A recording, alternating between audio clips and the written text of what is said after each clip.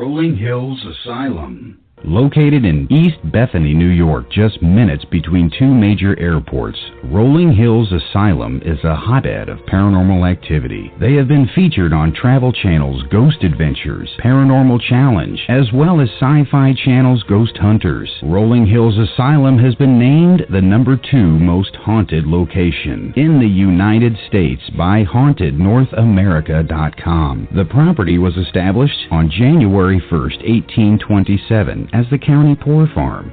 Throughout the years, it has operated as a poor farm, infirmary, orphanage, tuberculosis hospital, nursing home, and more. Past residents and inmates consist of widows, orphans, physically disabled, mentally unstable, murderers, and more. Over 1,700 bodies are buried in unmarked graves, and hundreds more deaths went undocumented. Rolling Hills Asylum is known for a plethora of phenomena, including disembodied voices, doors slamming, footsteps, sounds of furniture moving, full-body apparitions, shadow people, ghostly touches, and numerous Class A EVP. Rolling Hills Asylum proudly offers historical and flashlight tours, 4- and 8-hour public ghost hunts, 8- and 9-hour private ghost hunts, and more, by appointment or pre-booking only. For more information, please visit www.rollinghillsasylum.com. That's www.rollinghillsasylum.com. Or give them a call,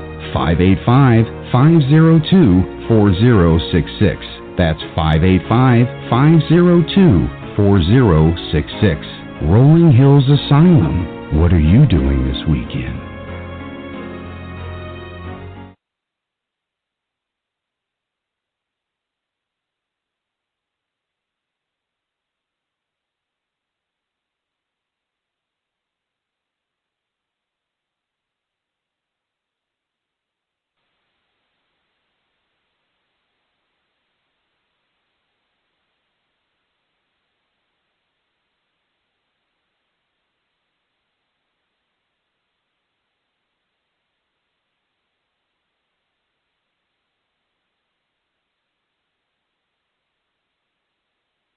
Okay, Christina, you're there. You're live. Alrighty, I guess we are live. This is Christina George, and tonight we have Aliens, UFOs, and Beyond with myself and Renee Chavez. Renee, you there?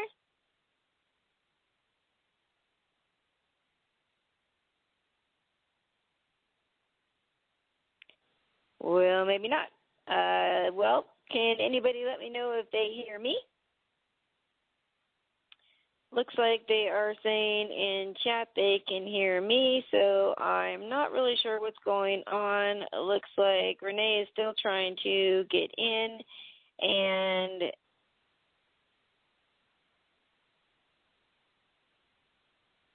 Tiffany, are we live? Because people are saying they don't hear any sound.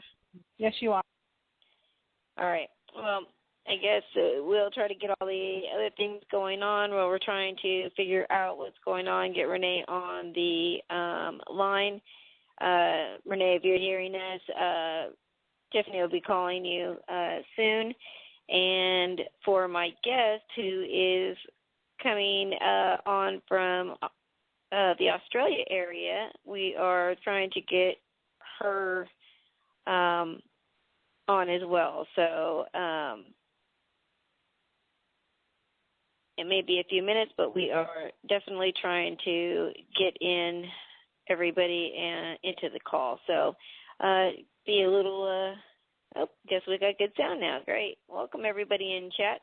Nice to see everybody there. It's been a little while since we've had a show here, so it is always good to see all of you. So, I wanted to kind of wait till Renee gets on the line, but hopefully we'll be able to get him on soon. But I posted today on social media about the new movie trailer that's out called Extraterrestrial. Now, one of my friends actually posted it on my page for me, but most people don't see it when other people post stuff for me, so or to me. So I was checking it out, and I would tell you, it made my stomach feel queasy. I really don't know how I feel about it still, to be honest, because I've spoken to so many people, over the years that have been contactees and abductees. And, the abductees have some pretty frightening experiences to share. And, being taken from an area and, tests being done on you, things like that. It's, again, something very, I don't know, scary to kind of think about it. Being in the paranormal, I was, I guess, always scared, kind of growing up of what was going on around me as well as I got a teen. But, I had some control over all of it. And even when I thought I didn't, I did. And, this is something completely different. I mean, people who are abducted are not going willingly. They are not, saying, hey, come and take me. When you hear and talk to all kinds of abductees and contactees as I have, they come from all walks of life, all ages, all races, and they all have, similar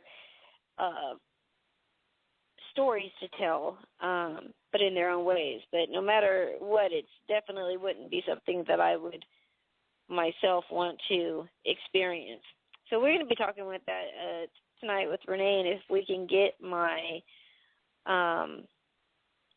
guest on, we're going to try to get this all going as well. So, okay. So I'm being asked in chat from Carlos, which is my good friend from Brazil, who has been a long-time listener, and he says, Christina, what is TPTB? And that means the powers that be. So pretty much the people who run everything behind the scenes. So a lot of times when they don't want stories coming out, especially Leah, my guest, her story is going to be told for the first time on our show. And I'm telling you, it is quite a story. I talked to her, at least a few hours on Skype a while back ago, and I was just blown away. I mean, we covered everything from, being abducted, contacted, being impregnated, then the pregnancy's gone missing, having hybrid children, underground military bases, some very, very, very interesting stuff.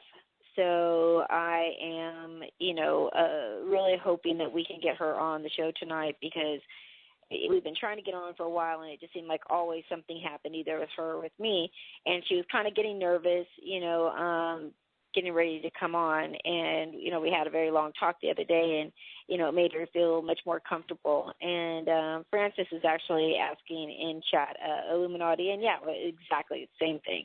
So, so a lot of times when you are exposing, things that have happened, when somebody has been taken to a military base and they're going to come out about it, a lot of times you will find that you'll have problems like that, and you won't be able to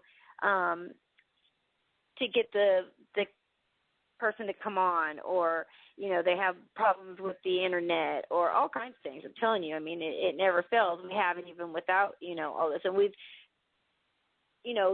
took on so many taboo topics in this show that it never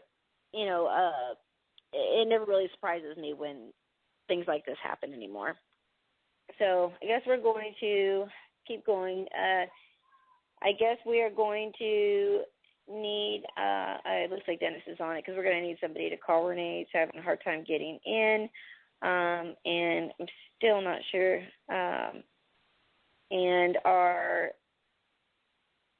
guest says that she is on.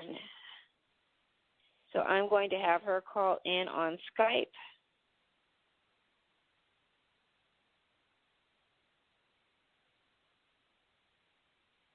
and then hopefully we can get all of this going. We can get all connected again. It's kind of, I'm trying to, watch chat. I'm trying to watch Facebook, and I'm trying to keep focus on what we're talking about all at the same time. So we're on the way to getting all this going on. But, again, it's always something that surprises me a lot when I talk to people is, how some of their stories are. And just like in the paranormal, whenever I'm talking to abductees, right away, like when they start to tell me their stories, they always want to kind of reassure me that, what I'm about to hear, what they're about to tell me is true, and that they are not crazy.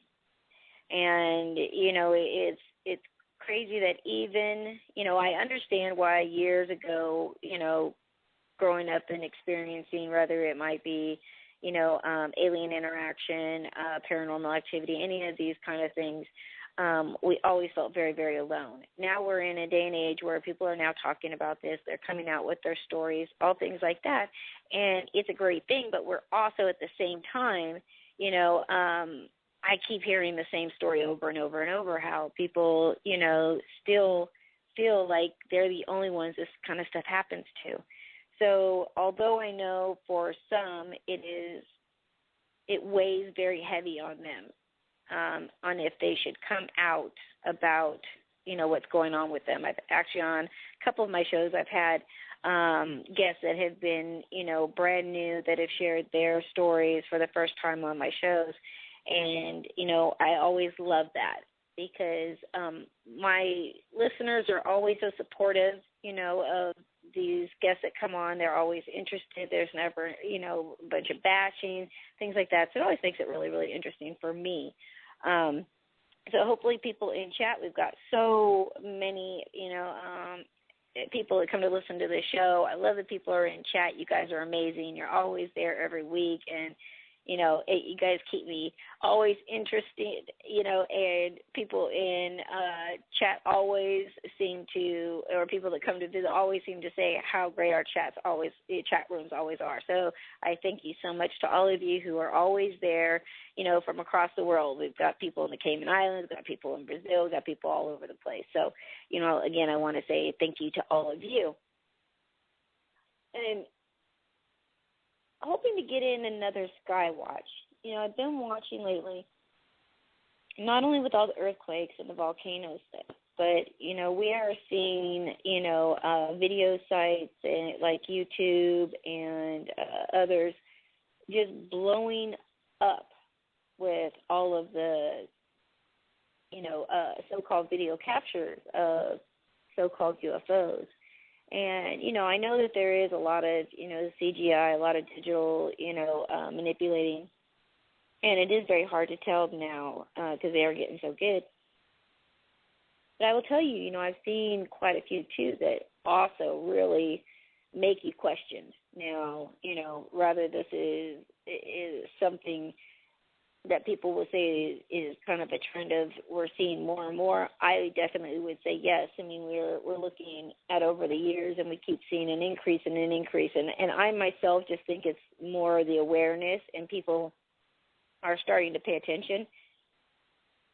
And not just, in the nighttime, but also in the daytime. And, I mean, I've seen some actual, pretty spectacular footage that has come out, in the daytime. And, again, different than the paranormal, a lot of times we get, this footage and it looks great, and then it goes viral and everybody's sharing it and commenting on it. And, you always will get, a big amount of, pro and con on, these videos, and then come to find out that it's faked or something is very disappointing. So I hope that we're going to, again, be able to get everybody on and be able to get connected with our guest tonight. So what we're going to do is, Tiffany, let's go ahead and take a quick break just for a few minutes. Let's try to get everybody connected and see what we can do. So if you could take us a break and just let me know when we are off. We'll be right back, everybody. Give us just a few minutes.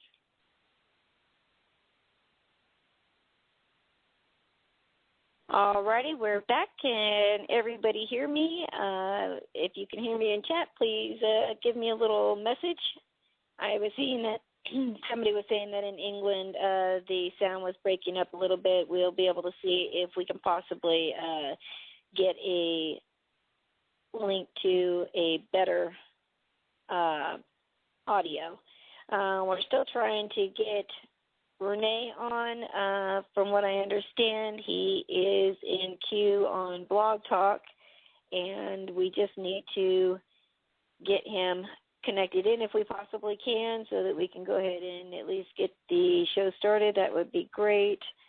Or Tiffany or Dennis, if you can give me a message in chat, that would be great, just so I can kind of know what's going on.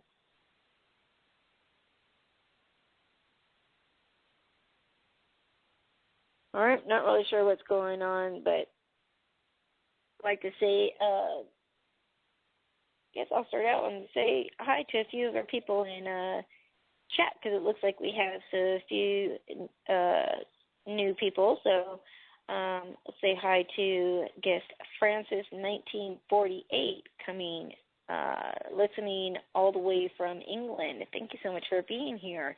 And Carlos, as I said, he is from Brazil. Thank you so much, my friend, for coming. You're such an amazing friend, always here to support me. Christopher Fisher, we have from Pennsylvania, and another good friend of mine. And we've got P.P.R.S. investigators and husband and wife team, Eric and Pamela Johnson. Okay. Also got Story Spirit out of the Cayman Islands. We've got Spiritual Divine. Not sure where you're from, but welcome. And did I hear Renee there? Renee, are you there? Do I have somebody online with us? I'm here. Yeah. Oh, hi. Okay. Well, good. Yes.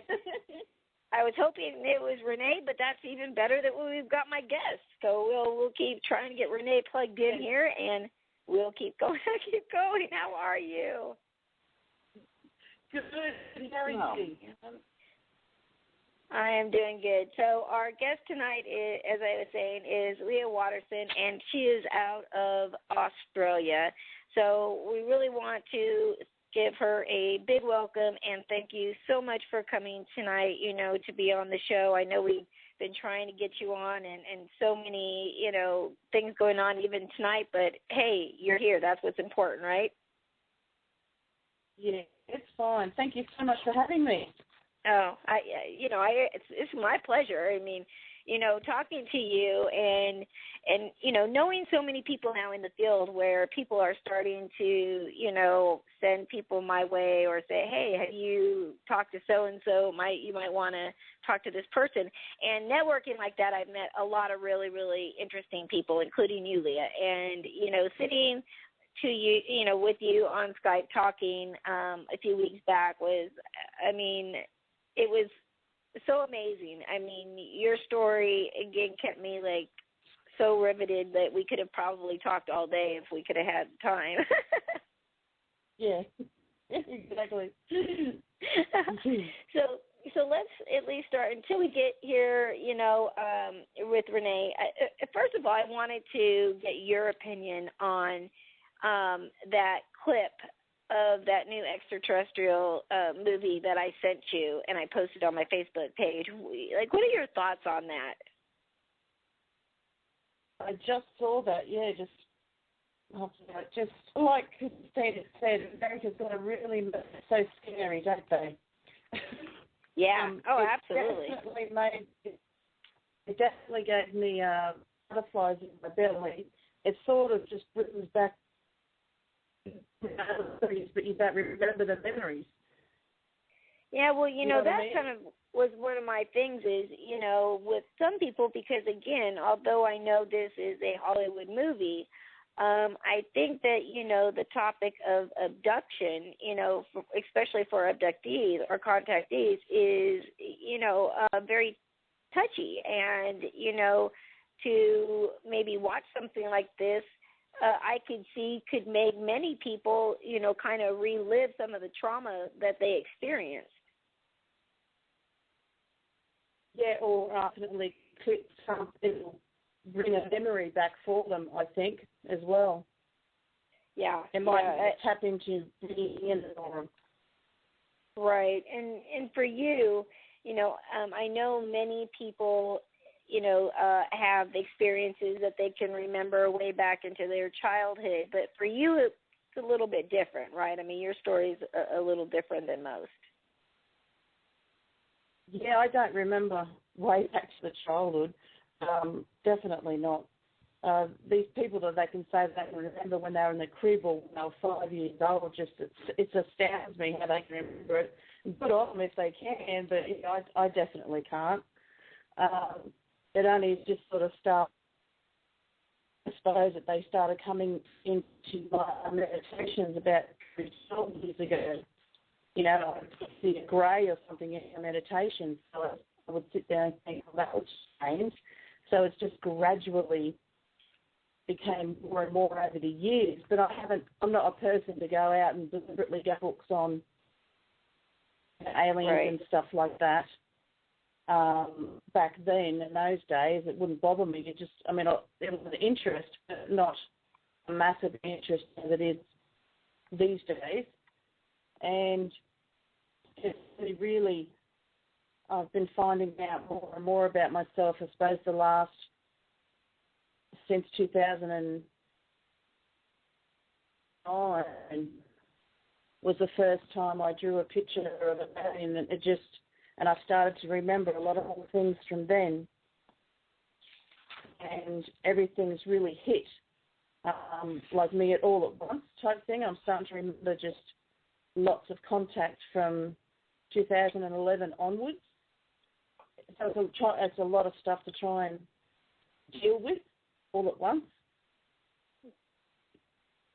Yeah, absolutely. I mean, to kind of, be hit with it all at one time, I mean, that would be, I think, for a lot of people, be very scary, to say the least. I mean, so when you were having contact through your meditation, was it, what kind of things were you getting? Like, what kind of interaction, or how was it?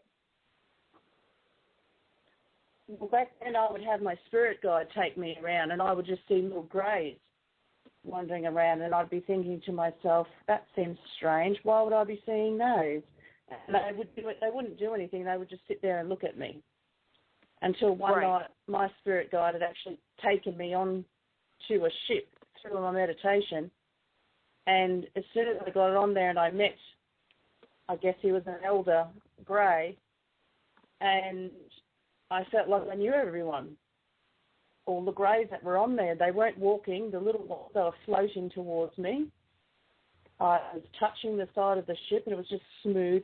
Not a bolt or, anything. Everything is smooth on there and cold to touch and stuff like that. So it was weird to see all that. And I said to him, why am I being shown this? And he said, this is the way things will be now. Like my contact will be with them. So you just kind of knew that that's how it was going to be?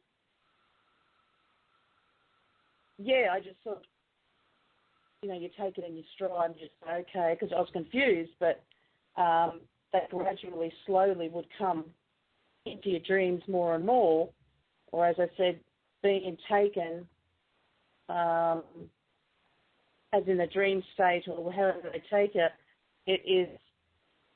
that's when, everything started to hit me more and more. Because in the beginning I was very scared and didn't know what was going on, and they would, freak me out a lot. And I was scared a lot because there was no one I could talk to about it because nobody definitely was into anything. And to be shown everything that they were trying to show me was just so much. And it's, I think once I get a regression done by Mary Rodwell, I'll be able to understand a lot more of as to what's been happening, but I need to get that done because everything is sort of I'll remember little bits and pieces of different contact that I've had and experiences. So I've got everything written down in diaries, but it's just bits and pieces of it. You know how they always do that.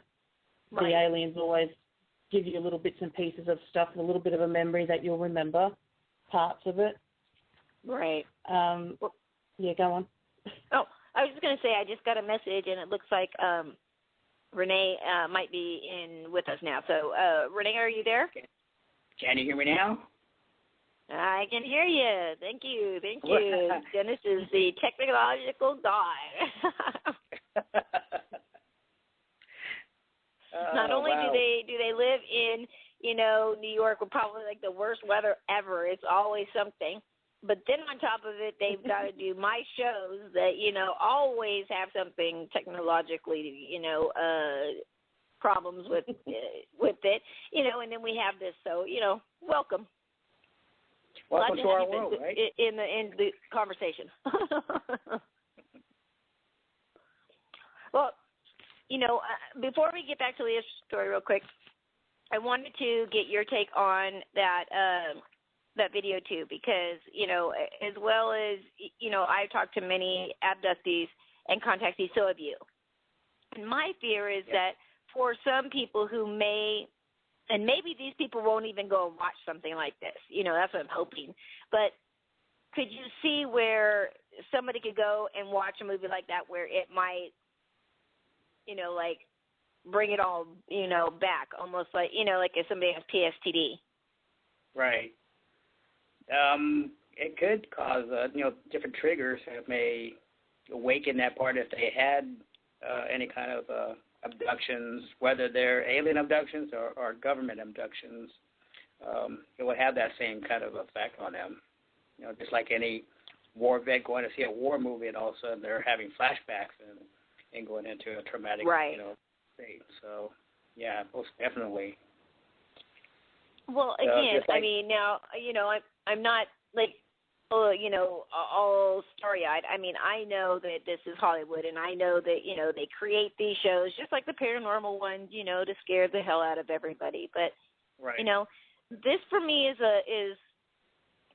reminds me, because just like some of the paranormal, shows and stuff, and they're based off of, true life events and stuff, and I always feel like, I wonder if recounting it or, seeing it, on film, like re-affects the families that were involved originally.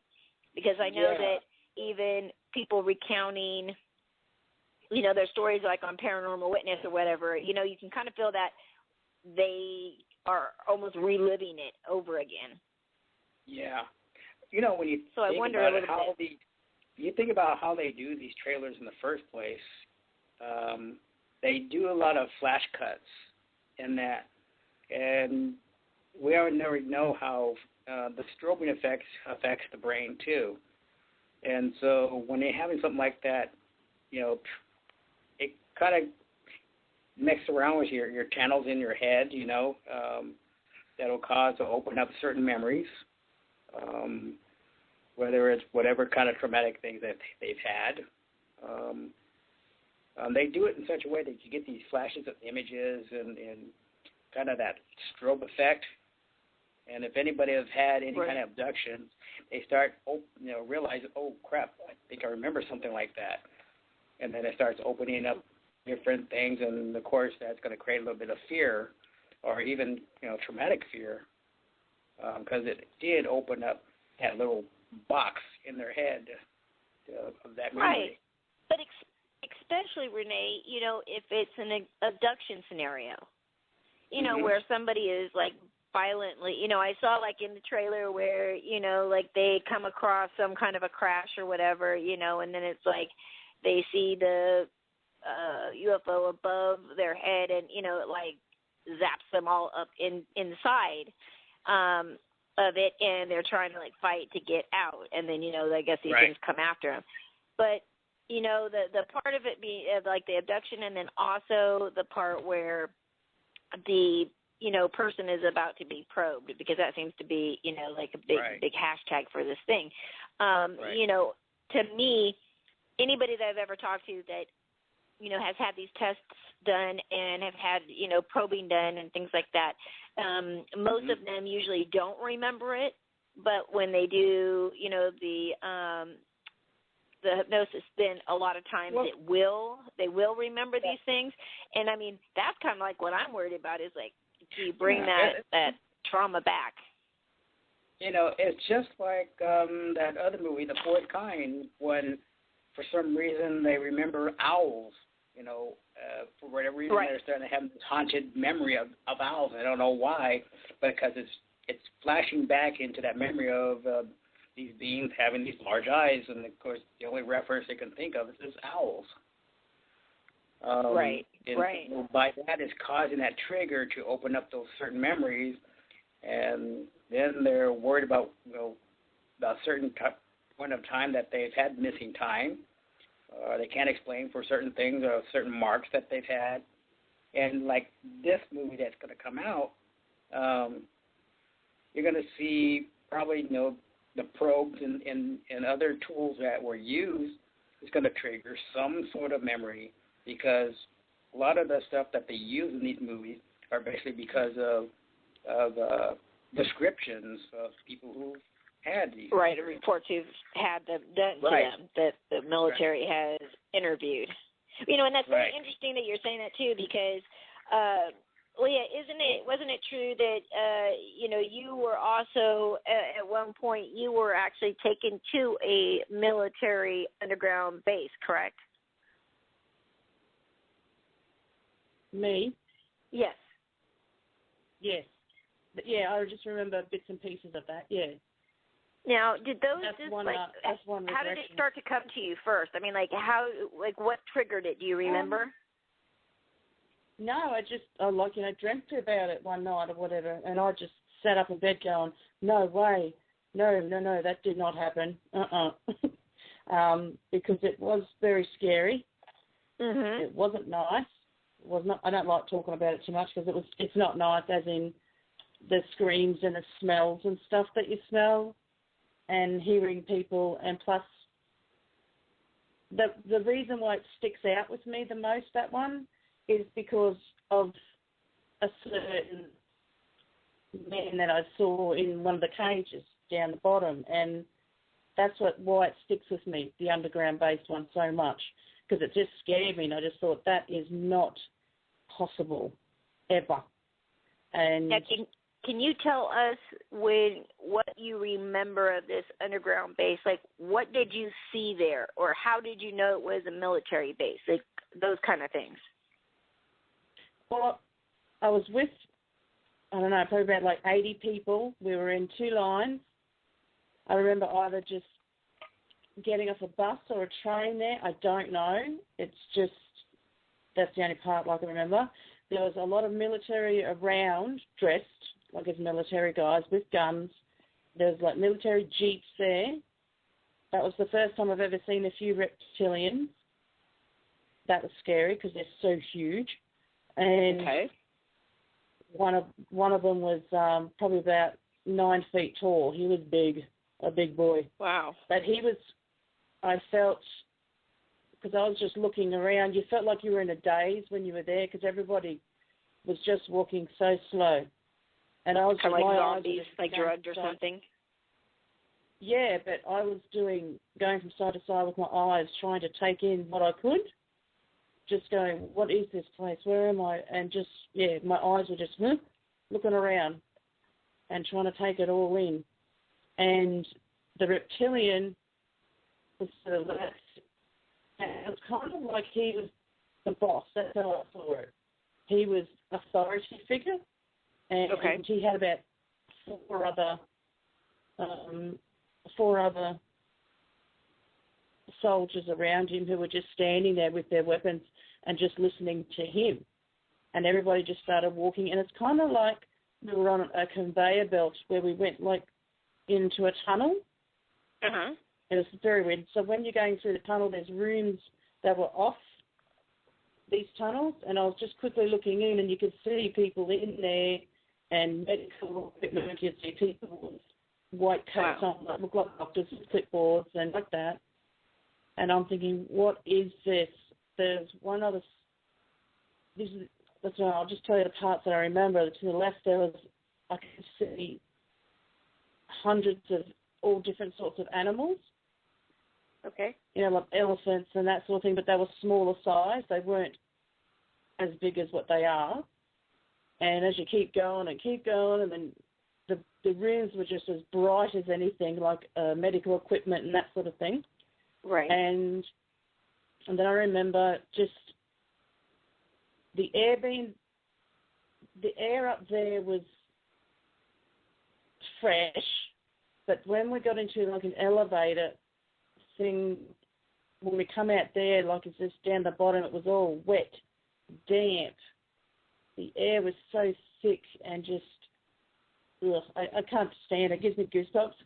And, right, because you almost relive it, right? I mean, it's that fresh. Yeah, it always gives me goosebumps whenever I speak about it. And I was coughing, and the air smelled of death, basically. You could smell blood. You could hear people screaming. It was horrific. It was just horrible. And now, did it sound like human screams?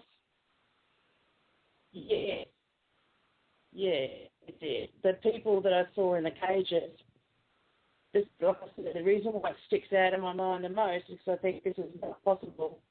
I saw a man there holding on to the bars, and of course they're very skinny and just look so drawn and like they're starving and extremely unhappy naturally. And he just stood there, and it was a half man and half octopus. Now, I know it sounds really weird, but that's what makes it stick in my mind, because I think that is not humanly possible. But I could see it. I could see his tentacles moving. And he was a man that was about 5 foot tall or whatever. And then to the left, like going down into a huge, it was all dirt anyway.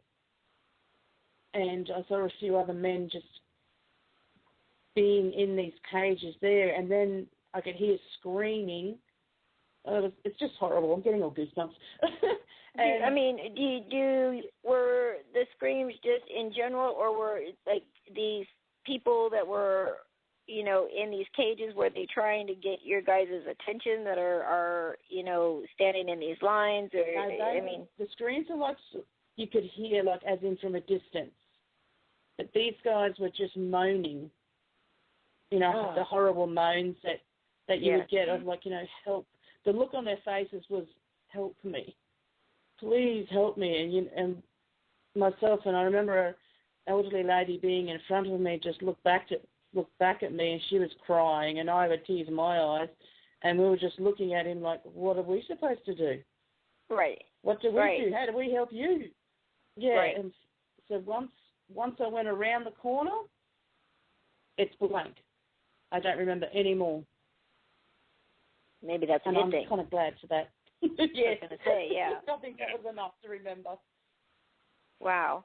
And it's interesting, and Renee, we'll get your take on this too, because, you yourself, with your story, ended up at an underground military base as well. And, I've actually, talked to many people who, have these very interesting stories to tell, or things like that about underground bunkers that they've been to. And this is not the first time that I've heard about, people being kept in cages and being like these crazy, like hybrid programs with animals and humans and aliens and all kinds of stuff, like they're just,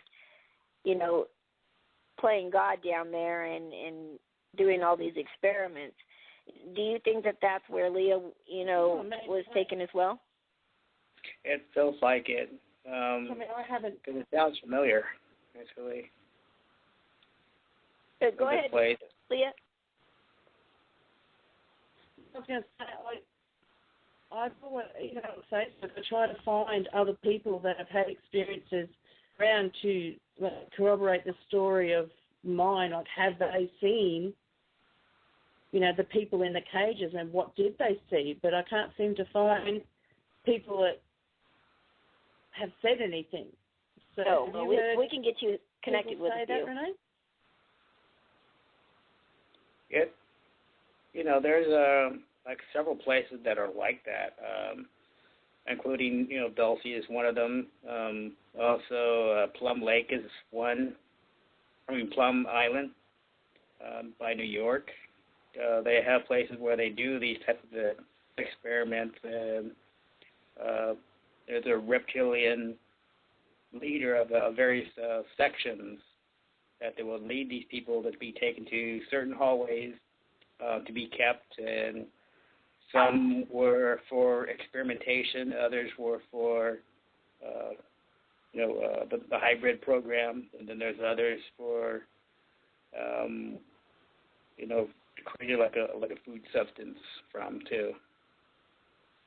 And these are the ones that were in the undergrounds. Yeah.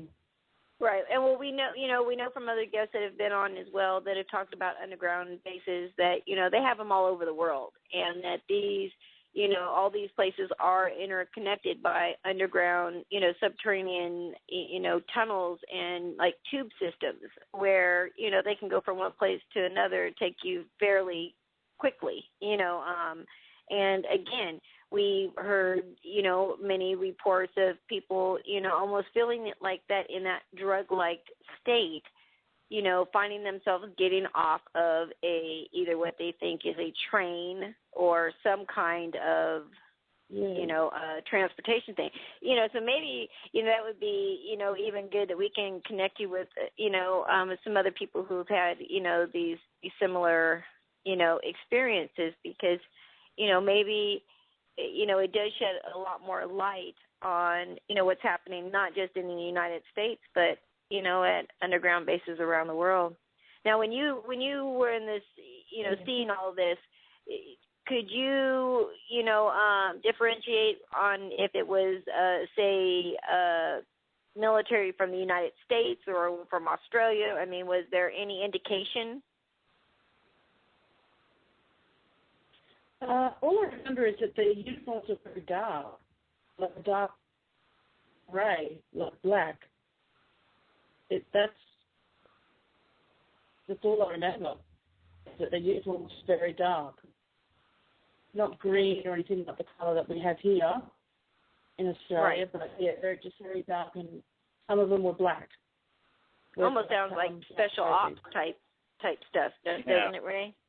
Yes, it does. Which I mean, you might get, where you get, much where these people would be taken, they would be very, very high security, top security for sure, where not just anybody's going to get in there, and just like our special forces, have different uniforms than the others. I could definitely see where that could be. Now, something interesting as well, Leah, with you that I had learned, and it's completely up to you, if you feel comfortable talking with us about this. But we've talked to many other people, Misha Johnson and Debbie Tripp and Bridget Smith, and a lot of other contactees and abductees that I've gotten to know over the years, and they've had incidences where they've had, either pregnancies that started and then were taken from them, and then even finding out that they have hybrid children that they've, produced. Is that a similar situation for you? Yeah, that happened to me when I first was having contact, when it was all, I couldn't understand what was going on. I was having I know it's not a nice subject to talk about at all. Most people don't, I suppose, and I suppose I shouldn't, but it does need to be addressed because it does happen. You can't hide away from it, right. Of the sexual dream, the sexual part of it. Right. That's what was happening for the first couple of years of my contact. And I was thinking, I was like, crazy. And I did have a pregnancy be honest, where they took me up there, and I knew I got pregnant by then, that's for sure. And I was pregnant for 4 months, and then they took me back, and then it's not a very nice experience either because I was awake to it when they took it from me. So you remember that? And it was very painful. I do, yes. And there's a certain grey. There was 2 praying mantis in the room, about 4 little greys, and 2 other a little bit bigger ones, and a huge grey that I've gotten to know really, really well. He's always there in my contact. And I was just looking over at him, and plus I get a lot of migraines too, and I was begging him, please make it stop, the pain, and because my head was killing me at that stage too, with a lot of pain. But it was very horrible. I won't go into the details of it. And I could see them take out the baby as well. I could see it. It was in their hand. And I was watching them, and then they just were walking away, and then that's all I saw. But he had come over while they were doing this, the big tall grey, and just put his hand on my forehead and put his face down to mine, and he said, the pain's gone now. And it was gone within 2 seconds. And I just looked at him and I was crying, and I was just crying, and I just went, oh, thank you. And he just put his eyes into mine and was just trying to calm me down and saying, it's okay. It's all right. Wow. And that's all he would say. Not much at all. Right. They'd never seem to say too much.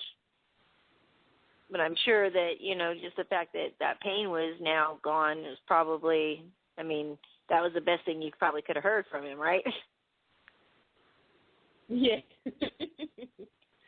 Wow. Yep. So now later on, that's the only one that I've had like that. Okay, and so now later on, were you ever have a chance to re-meet up with this child, or? Yes, I did. I think it might have been about a year later, I think. They took me back up, and I was in a viewing room. This is all I remember. It looked like a theatre room. There was a huge, not like the theatre rooms, theatres that we have around here where you watch movies. It was just a smaller screen, like a see-through. That's how their TVs are. Like complete glass that you could see through, but a picture will form on it. Or when they're doing their operations or whatever onto you, they'll make you sit there and watch them, and things just flash by on them, just all pictures. And there was lots of ladies into this room, and I was just standing there because there was a bunch of men in another room, and a couple of them I knew them as well. And I was just in this room with all these ladies, and I was asking them, why am I here? And then they stepped to the side, and there was this beautiful little girl there, and I was just looking at her, and she had sunglasses on. And I was just like, what? They're going, he's yours. And I went, no way.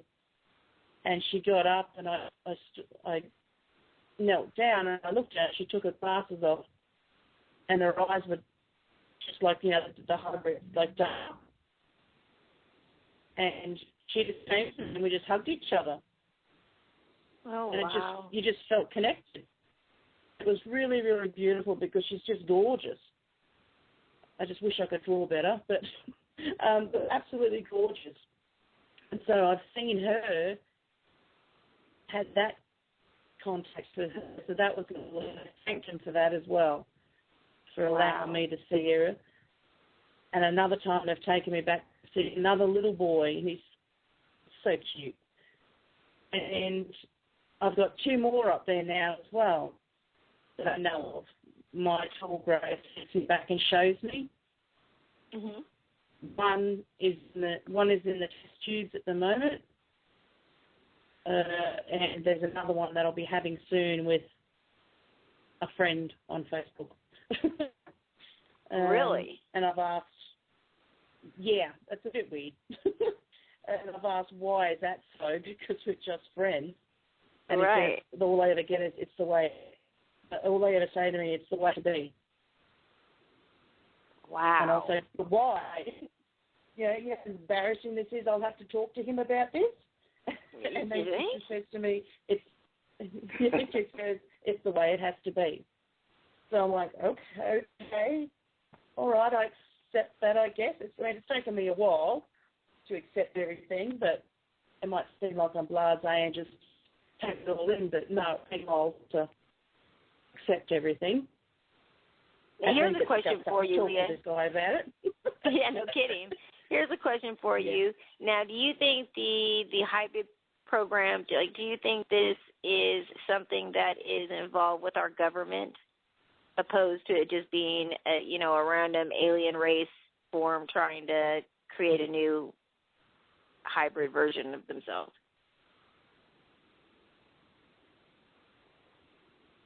I don't know about that one. My personal opinion, there's others out there that have more contact and more into that than I am. I don't know a lot about it, but my personal is that they are trying to just make more of themselves.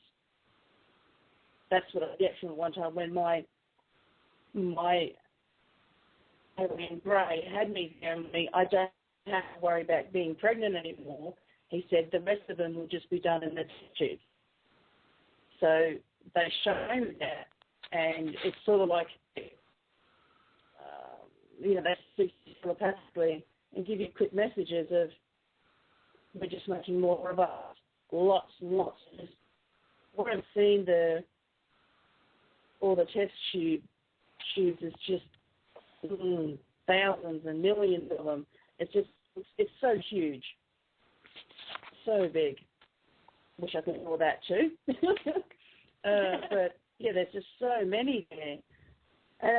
But at the same time, that's why I wonder, like, do other people have these same ones as I do? Because first off, you think, well, am I crazy? Am I seeing everything? But I've also got to hold, before I had these hybrid kids, when I first was taken to where the hybrid children were, I got to see all other little hybrids play around, little boys and girls running around, playing together. And a woman also brought one over for me to hold. And that was back in 2011 when I was first trying to figure out why am I having contact. Yeah, and I was like, what do you want me to do with it? And there's bond. It's the baby. I'm like, okay. And I'm just holding this thing in my arms, looking at it. And at the same time, they're so cute too. But you can tell that they're a hybrid as well. Right. And now is that because of like their eyes, or what is it about them that can tell you that they're a hybrid? Their eyes.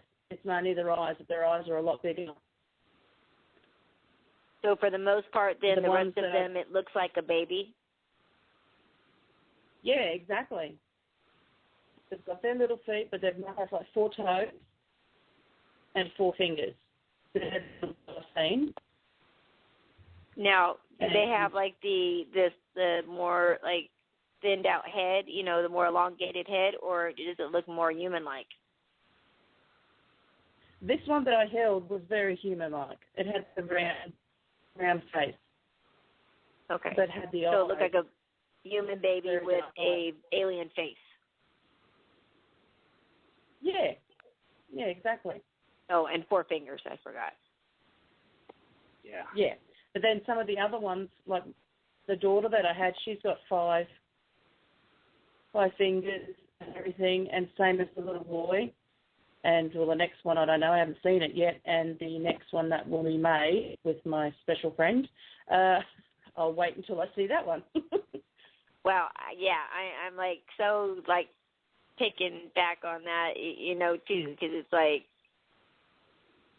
somebody who you end up being friends on Facebook with, you know what I mean, and you're told that will be the person that you're going to have, another, a child with, and, and how interesting, again, even how we meet up with people, meet people on Facebook, with, to others such crazy stories, but to a select few, and actually quite a few now, more people, are starting to say, wow, that kind of sounds like mine, or there's, certain things like, even not realizing that there were other stories of other people who have claimed to see these people in cages. So it's always interesting. Yeah, that's right. Because when I first would get on Facebook, I never bothered. I'm terrible for it, but I never looked at people's pictures or anything like that, and I would never send out friend requests. It's just something I just didn't do because it was my first time on there. Right. And these certain people that sent me requests, and I'd accept them, and I thought, ooh, I must know him from somewhere. Where do I know him from? I mean, they're over in America, so how would I know them?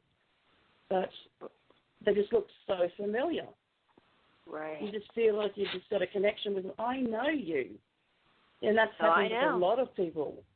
Yeah, I know. That's how it was when Renee and I met. We met randomly on Facebook, and we lived in the same, city. And, we ended up meeting, and it was as if, like, I had known him my whole life. And so, everything started to kind of make sense. But, again, for me, it's very interesting that many people who do have hybrid children, do report, over the years returning to spend time with those children. And, I guess needing, that human bonding and, care that we give, the emotion that we have that they don't, that they're lacking. And since they're part human babies, they need that, attention, and they need that bond. So, very interesting. So it sounds like you've had some like good, experiences and some really horrible, experiences that you recount over the years. Does it seem like throughout your journey, you've kind of, the way you think about it now is different, and that's why everything's changed for you, or what do you think the reason, what it is? Most definitely, yes. In the beginning, it was horrible because I could remember them, shoving something up your nose, or you could feel it. You could feel them hitting you in the back with a needle or something like that, doing near the eye. You could see that coming towards you. Just little bits and pieces that I remember, and the next day you think, oh, has someone hit me with a truck? What's going on? And you've got a bruise there, a big bruise, or you've got a big red mark right in your eye, and you think, what is that from? And when you touch it, and then you'll remember straight away. Oh. And wow. Oh, did that happen? Yeah, so in the beginning, it used to scare me a lot, but then over the years, I've gotten a lot more used to it now. I just accepted it. I basically go, well, what am I going to do? A good friend of mine, Robert, on Facebook, helped me a lot to come to terms with it. He always said to me to try and contact Mary Rodwell, but I never did. So I will do that, though. And, but then now everything's changed into positive contact of them speaking to me in their light language and then showing me these symbols that I do now. And I've been doing them since 2012, so only a couple of years. Not long at all, but they've been showing me so much that I've said to them several times to please stop because I can't write it all down. I can't remember it. I'm sure it's in there somewhere, but yeah, they want me to wake me up through the night and say, quickly write it down. And I might write down only 4 symbols, and that's all I can remember. Right. But it'll come to me one day, the rest of them, yeah. Well, now that you're talking about that, I want to bring Renee in because, that's actually how I was got brought attention to you. Somebody had brought you to my attention, and I went to your Facebook page, and I saw your drawings or your automatic writings of, the symbols. Yeah. And right away, they triggered my memory. And I'm like, okay, where have I seen these things before? And it was Renee. And so right away I said, I contacted him. I said, Renee, you got to, add this person, and you need to, look at her writings. And I said, you're not going to believe it. And he's like, well, what is it? And I said, just go at her and look. I don't want to tell you. Go look. And, so, since he's, on the air, she was interested in finding out, what you thought about it, and if you could give her any information on any of it. Yeah, it's very similar to the writing that I do. I would wake up in the middle of the night writing it. Yeah. Matter of fact, I'll even post it on the. You need to send her some. Page. Yeah, I'll definitely send you some of those pictures because it's pretty detailed, and as well as even structural drawings too, from my memory and. I would actually just kind of, wake up from a dead sleep and automatically just start writing these symbols. Or there were actually times when I'll actually wake up and then find myself actually still speaking the language. So it happens quite frequently, but I will definitely send you those because I got it in my on my Facebook page, in fact, in my pictures. So, but yeah, I'll definitely send you those and see what you think. It might trigger some memories. You might see some that look exactly the same as what you have. It's very, very, very intricate details to the writings and so forth. As Christina saw those, and it just kind of blew her mind too. They're some wonderful. Thank you. Yeah, some look, different, and but some look very similar. And to me, it's just very interesting. And so, I'm always trying to, put the pieces together. And when people are drawing these things, kind of out of nowhere, and they don't know any of these other people that are doing this too. It's like you got to kind of pay attention. That's right. So I think what we'll do is, if you don't mind, I'll post, your drawings, Leah, on the Aliens, UFOs, and Beyond Facebook page, and we'll have Renee post his, and we'll let, people take a look at both of them, and, you tell us. I mean, do you see that there's a similarity? Do you see there's a difference? Have you maybe possibly written symbols, recently or after a possible abduction, and, maybe this reminds you of something, and give us feedback on the page, and we'll be, interested in hearing what you have to say, and we'll talk about this, more on another show as well. But, I think that it's absolutely, amazing because these symbols, some of them are very, very intricate. It's not like just, some shapes and stuff. Like, we're not talking about that. And it's interesting how, both of you, have you noticed that, you can speak the language at times as well, or have you ever, or not experienced that? I do speak some languages, yes. It does sound weird. I just wanted to say with the symbols, some of them, a few of them I've done with my eyes closed as well. Yeah. For some reason. I seem to be able to do them better with my eyes closed. And then I look at what I've drawn, open my eyes and look at it and just go, wow. I don't know what it is, but yeah. So do you do that too, Renee? Yeah, absolutely. Like I said, there'll be times I'll wake up, in a total dead sleep, and I have to close my eyes to visualize what I actually saw, and I'm just starting to, jot these symbols down. Yeah, it's easier. Yeah, so almost like an imprint, huh? See them. Yeah, it's almost like putting, like an X-ray, like imprint on your brain. It's like when you close your eyes, you're seeing those same shapes, and able to, just draw what you're seeing in your third eye. I mean, again, when we post these, you'll see what we're talking about. But these aren't just, geometric shapes. I mean, some of these are very intricate, type, designs and the way that they are, and that's why you'll be able to see a lot of similarities between the two of them. And again, I just had Renee Adlia on Facebook just recently, so it's not even somebody that they know each other like that. So it'll be interesting to see what the listeners think. Yeah, it will be interesting.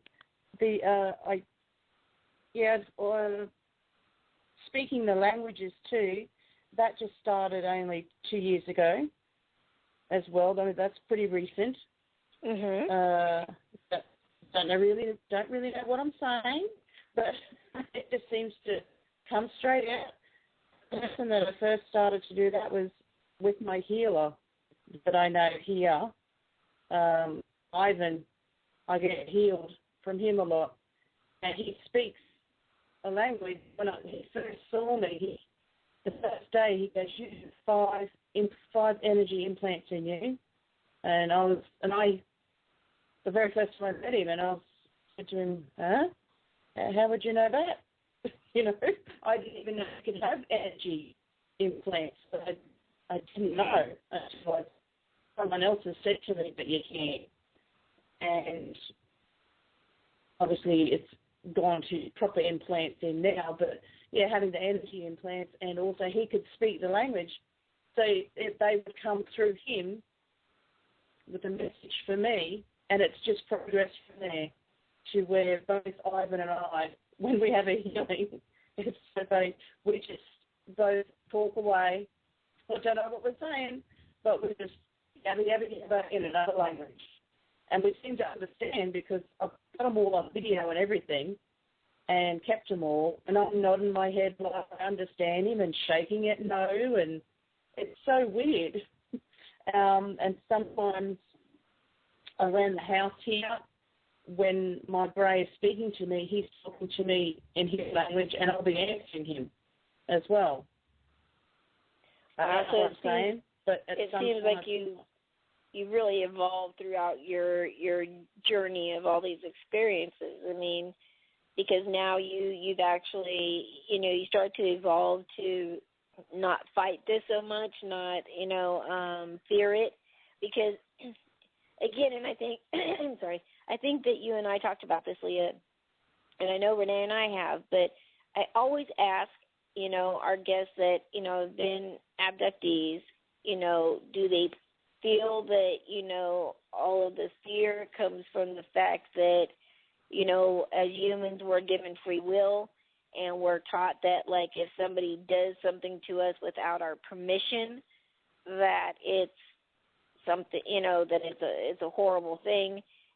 And, as you evolve and once you realize that there's just not anything you're going to be able to do to stop this, and you start to, like, understand, like, maybe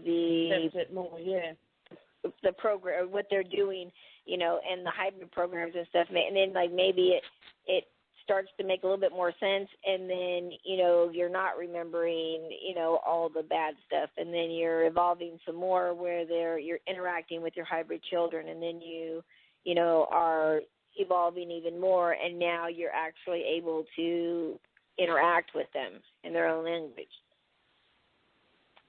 Yes, that's right. It's also just this last month, last couple of months, but I've had reptilian contact, which I've never had before.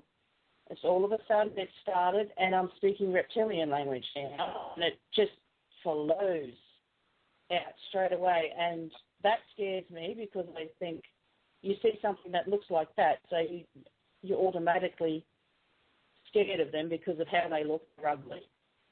Right. But then I mainly go by feel. how the same with the greys. I would go, some people on Facebook would say, oh, they're tricking you into your mind. And I'm thinking, well, you can say what you like, but I go by how they treat me and how I feel with them, right, and what I get from it. And my greys teaching me these symbols and stuff and these languages for a reason, for something he's teaching me. There's other times when I've been up there, you're sitting at a school desk and he's speaking his language and I'm speaking back with him and I'm drawing the symbols and saying what they are. I don't know what it is, but that's what was happening. I wish I could know what it was. Well, like again, I think it's mainly people. Go ahead, Renee.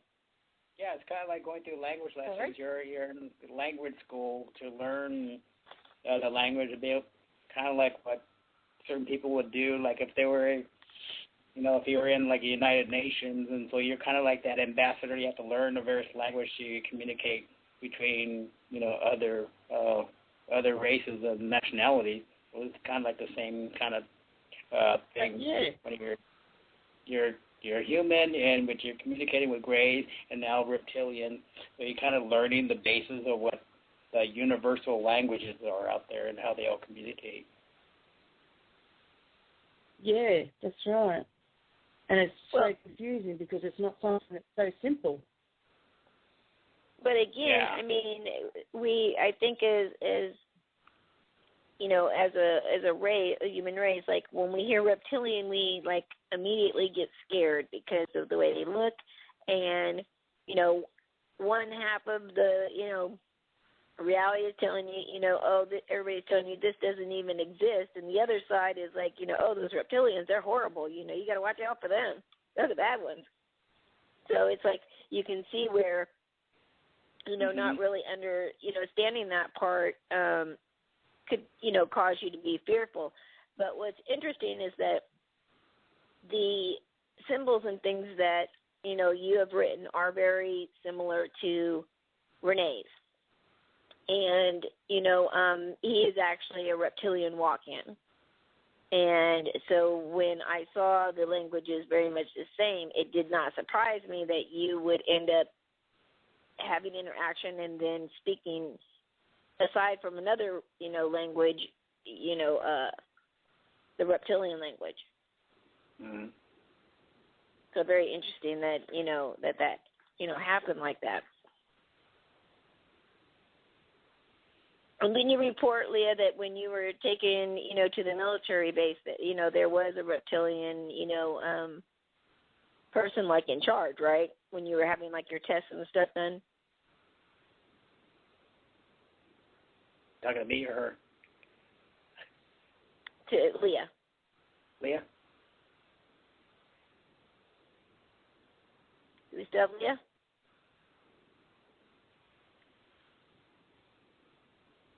Still there with us?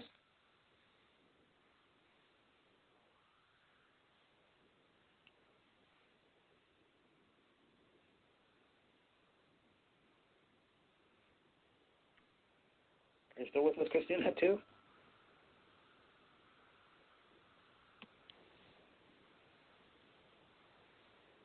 Hello?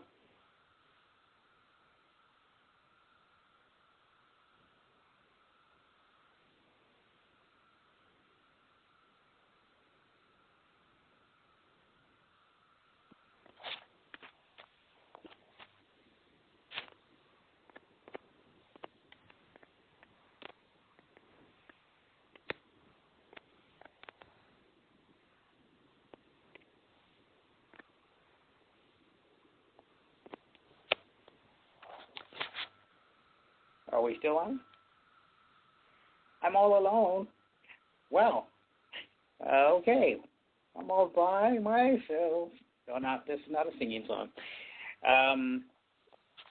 She is so right that, the language is pretty broad.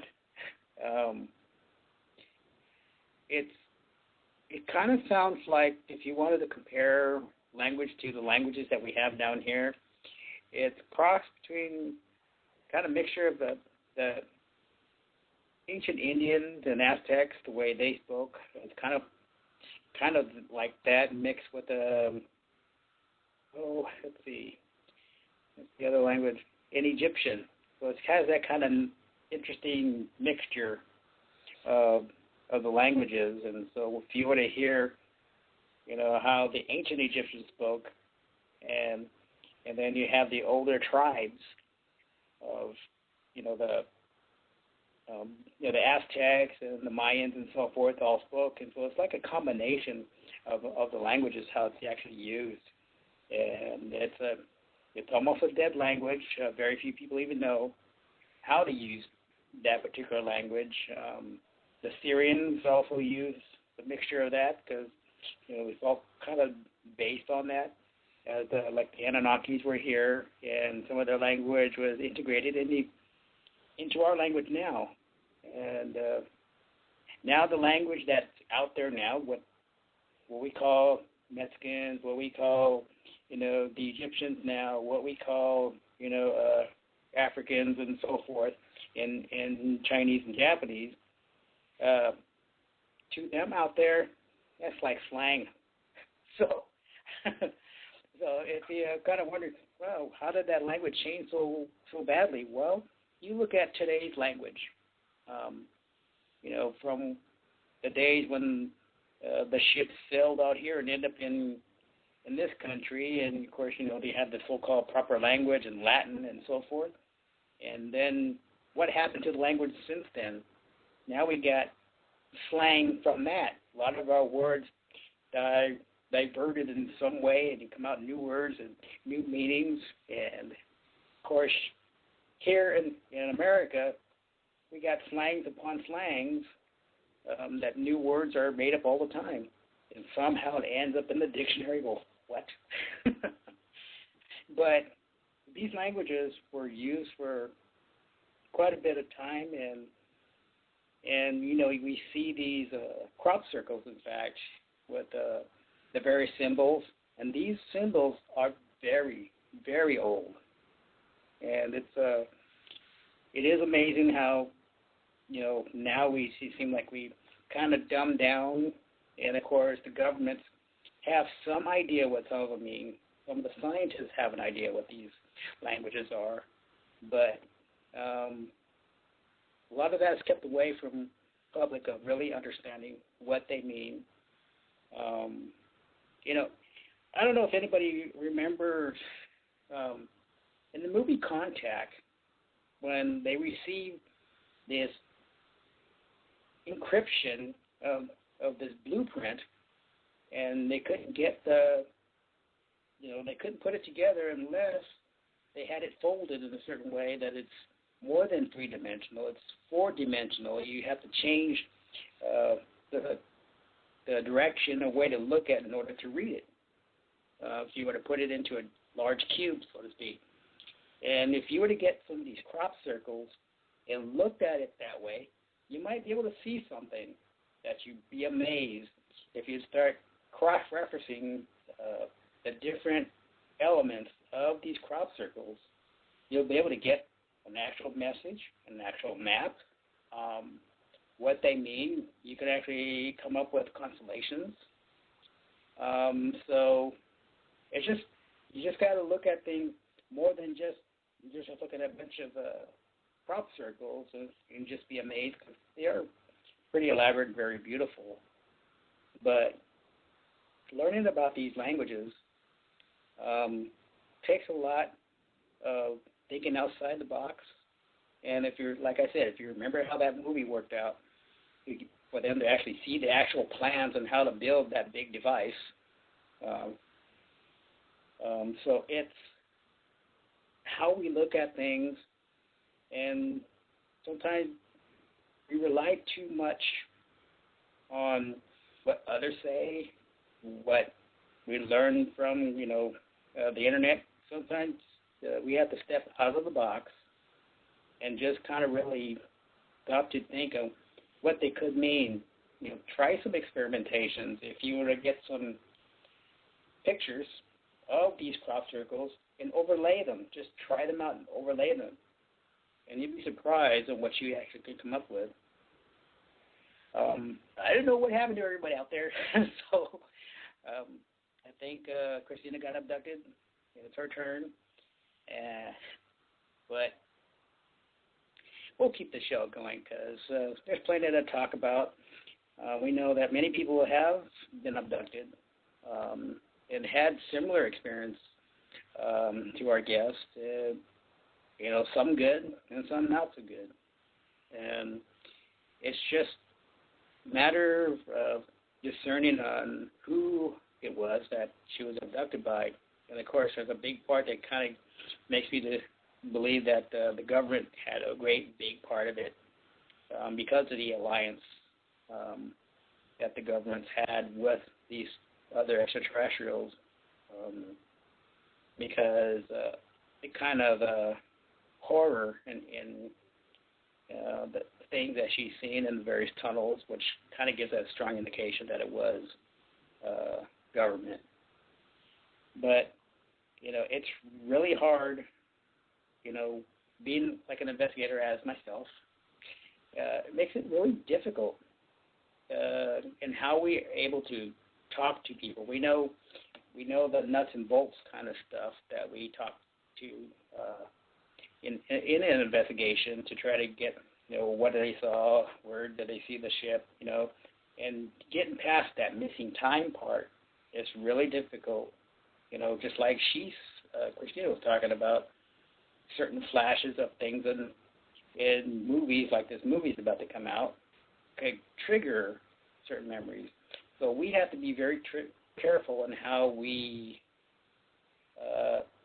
come up with the information to, if it goes through regression. It's always best to do it from a third-person view and not having to have them go through the first-person view and have them relive the whole thing all over again. It's a very cautious thing that we have to take care of. And, of course, like Lori McDonald, who's been on the show before, great insight. She has a wonderful way of getting the truth to come out through the regression and not having to be afraid of it. And that's the main thing, is to try to create that feeling of not having that fear. And that's always very important when you have to do a regression or doing this type of investigation, because we don't know what they went through. So that's why we have to take these various steps to get the truth out, but without creating that fear, but having an understanding of what's taking place.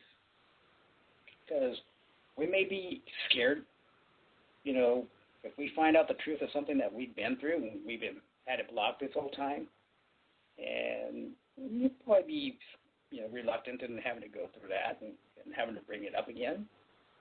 But, like Travis Walton, I mean, he didn't want to look like a screwball. He's worried about what would happen. He didn't know what to think, what they were doing to him. But he figured it out later that they were actually trying to help him. Because what turned out, when the ship was moving, he had walked in toward the beam, which basically knocked him back. And so what his partners all witnessed it, and they just saw a flash from a beam and him flying back, and so they figured that he was dead. But we have to really understand what we're dealing with when it comes to that kind of contact. Really think things over, because I know Hollywood gets that whole idea that they're here to conquer us, to think of some kind of Independence Day, War of the Worlds, but we have to be cautious in how we deal with things. So, because these individuals that we investigate, MUFON is involved in it, but MUFON only covers the data. Where was seen, was anybody else around? Were there other witnesses? Did you feel anything?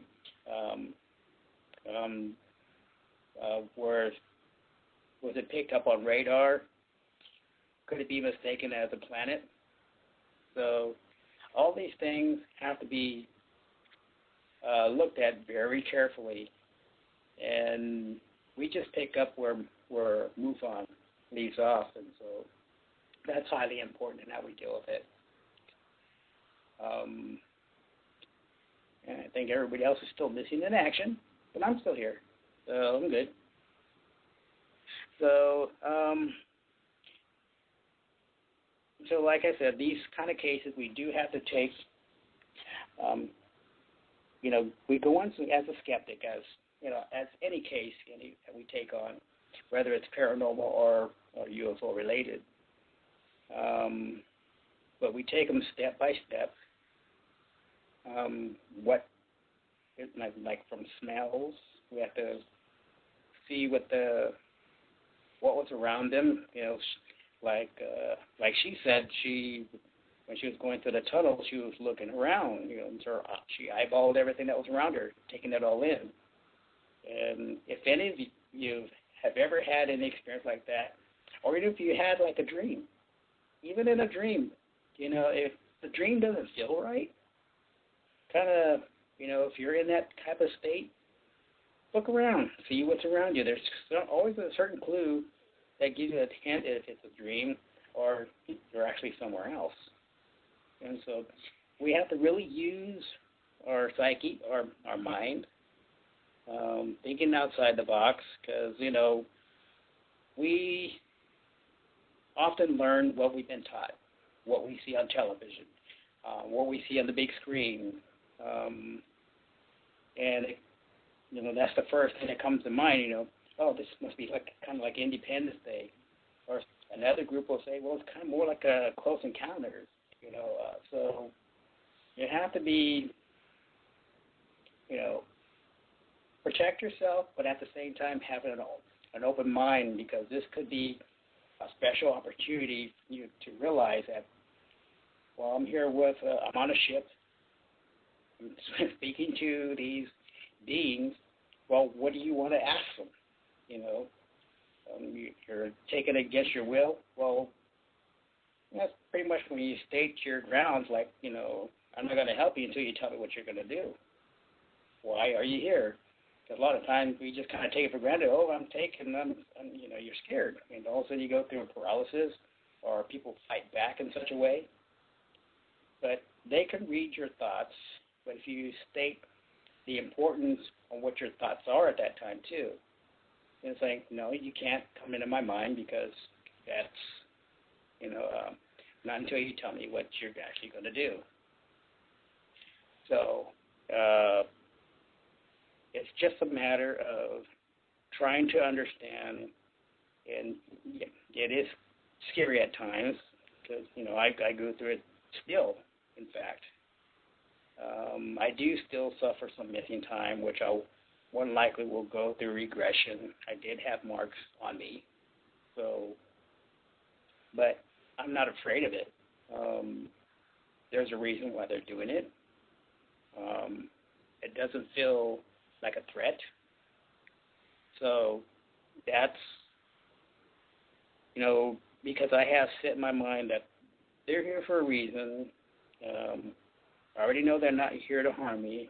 They know that I'm different inside this body. So you have to learn how to create a certain alliance with them, an understanding. Don't be afraid to question them. If you're here for our good and you're trying to help us, what can I do to help you? You can always turn that technology and that kind of way of thinking toward them. Question them. I think that would be a great way of looking at it. Why don't you ask them? And state where you stand. If you're here to help me and you're doing, these kind of examinations, I want to know exactly what it is and how is it helping you and how does it help me. They are more likely to respond to you because you are asking these type of questions, because then they start thinking, well, this is not like all the rest. And they will be more likely to tell you the truth. Now, when it comes to the ones that are with the government, then that would be a totally different story. They'll be more likely to be resistant to tell you. So that's when you kind of get that feeling like, and that's, to be honest, that's when you become a little defensive about that. Because when they're doing stuff with the government, they have this treaty that they've done together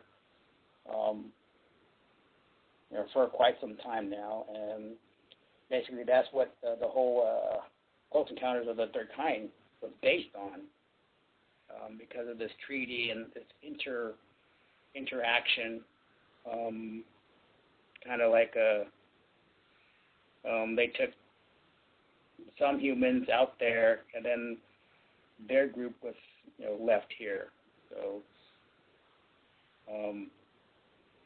So that was kind of that situation back then, and I think they're still doing stuff. But humans, the military, I should say, the government, have a way of saying, well, let's just say they have a habit of breaking the deal, and the beings that they've worked with before pulled away, basically, because they broke the treaty.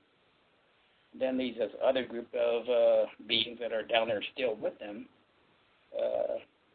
are the ones that are getting the technology and to all the militaries and so forth, and that's why we got so many new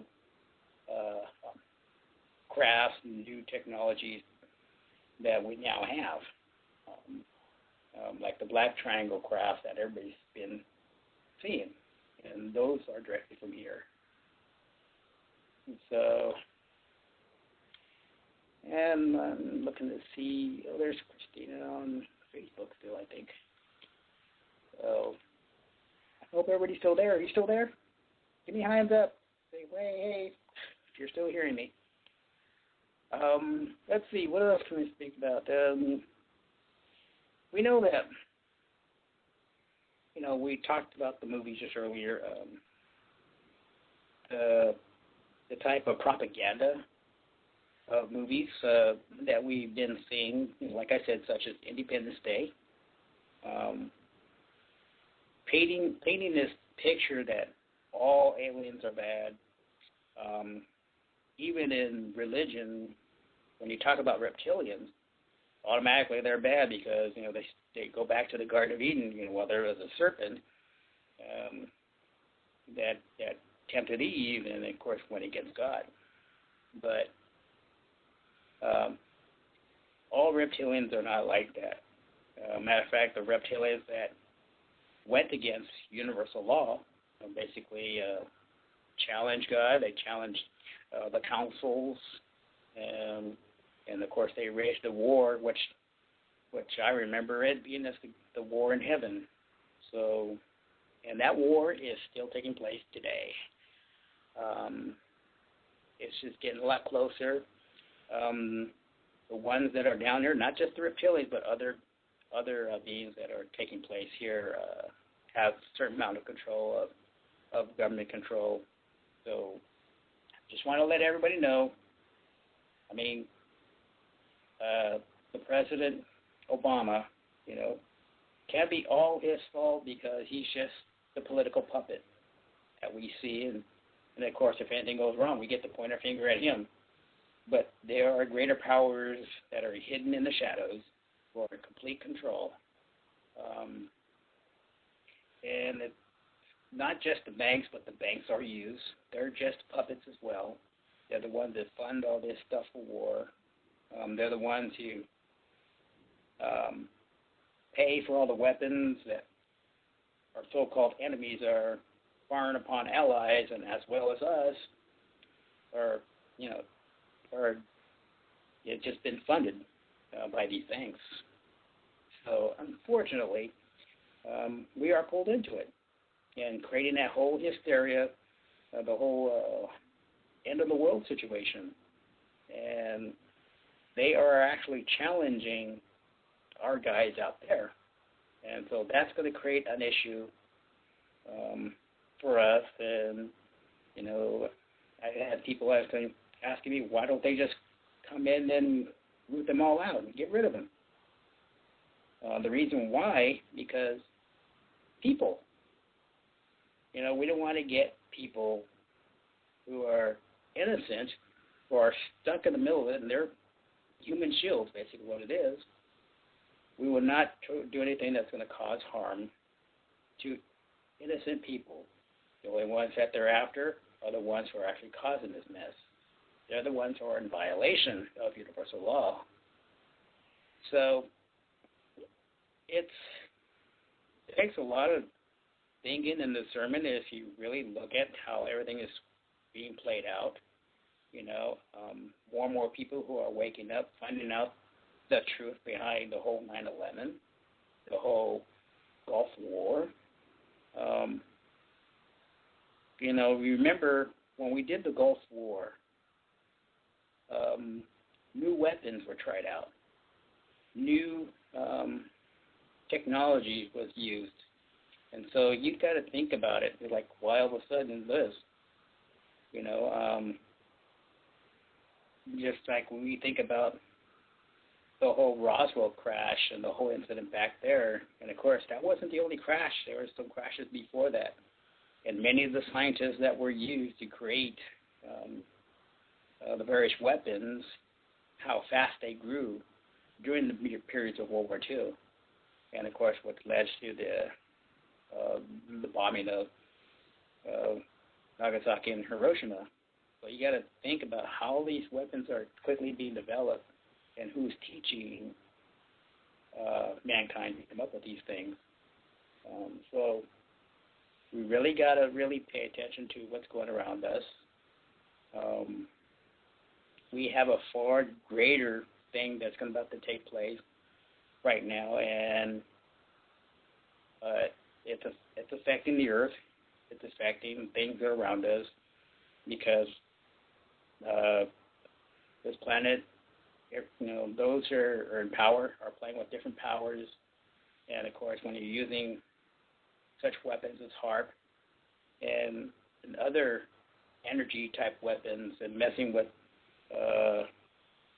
time, they're messing with other powers that can also throw things off balance. And it affects the gates. And many of us know about the various stargates that are various parts of the world, including Bermuda, including those who are around Mexico, around Japan. So they're having a great effect on the planet right now. So it's kind of throwing everything off balance. And, of course, you can only do so much to Earth. That's going to cause a drastic effect. And, of course, our food is being messed with. And, of course, that's part of population control, because the less of us there is, the more easier to control. So that's the other thing, too. Now, let's see. Anybody has any questions out there, go ahead and pop it up in chat. And we got a little more than 10 minutes left. So if anything you want me to talk about, anything that you're curious about, what is it like to be a reptilian in a human body? Very tight. No, I'm just kidding.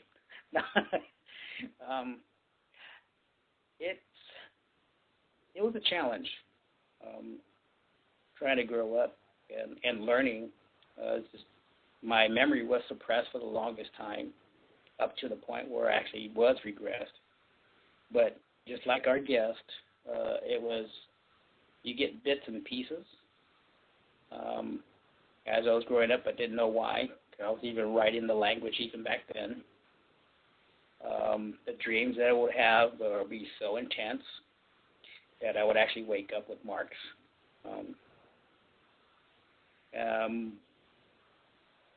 But didn't quite understand it at the time, because the reason why I understood it That's why I had these blockages, because I needed to learn what it is to be in human form.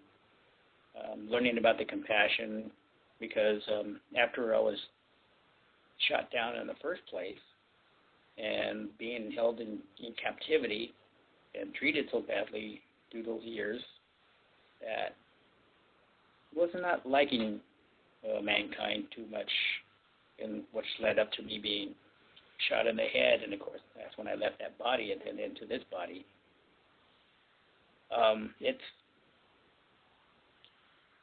It's really hard to put it into words, but having to learn what it is to be a human growing up as a small child, learning the compassion for my mother, no matter what it took for her to try to make sure that I was okay.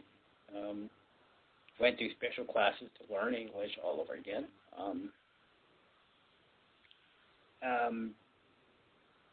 And then being part of a family that was heavily religious and saw the flaws, and that was hard too, to try to convince them that there's more to us than just Earth and being a human. There's a whole world out there that I try to explain. Mentioned Planet X when I was in 3rd grade. It was weird because, you being called crazy, just like Christina, way she was growing up, and she had these abilities, and she sees the dead and so forth, and be able to communicate with them. Being psychic is not the one word that you wanted to be. So it's hard because we didn't have the openness back then, and now with all these TV shows, it's okay to be psychic. It's okay to be around aliens. It's okay. It took a long time for people to be ready for that. We're starting to have more star children, crystal children, are coming out more, and you see them teaching wonderful things to others, and we get amazed about them, and you get these child prodigies with great knowledge, great use of music, great artists. This is all part of the big plan about waking up, and now more and more people are starting to notice this government's corrupted. We're starting to see and understand a bit more about the chemtrails. What are we doing to the planet? About the foods that we eat. We're starting to be more aware about that. That the veil is actually being lifted because of this whole huge awakening. And that's all part of all these whole, the star children. They're trying to make the waves for us to open our eyes. And of course, the shift's been taking place for a while now. So it is a blessing in disguise, not as much as the hardship that we're going through right now. Just think of it as growing pains, so to speak, that we're all able to learn new things, not just because what was taught in the classroom or, from a book, but if you take the time to really listen to your inner self, even find yourself up in a quiet spot, and take use of that quiet time and do a kind of a prayer and meditation for yourselves to take in what you don't normally hear. You'd be surprised on what will come to your mind and how to analyze it and to learn from, how to grow in a spiritual sense as well as intellectual. You'd be surprised when you actually look at something that is beautiful as a flower or a hummingbird, how things are truly amazing. And to think that there's other plant life other species on this planet as well as out there. So when it comes to alien life forms, you start to open up more, and you start to send off these thoughts of curiosity that they pick it up, because, telepathically they can pick up your energy, and you'd be surprised how many will find something very familiar. Like the way Christina and I first met, like she's mentioned earlier, that we met on Facebook and we talked back and forth, and then I mentioned that I was going to go to a MUFON meeting here in Sacramento, and so I asked her if she wanted to go, and she wasn't too sure about going because of a certain individual that she wasn't too, didn't want her to be there, and I said, well, forget that, consider yourself my guest, and so she came. So the moment we met up there at the MUFON, I gave her a hug, and right then and there was a strong recognition that we knew each other.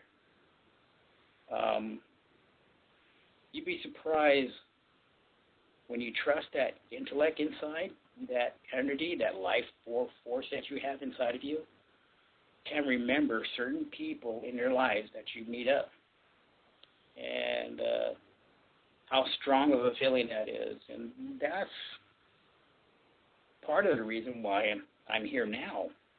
At first I was sent to find survivors, and now I'm finding survivors from other incidences and other life in their past. So finding others like ourselves been part of my mission now.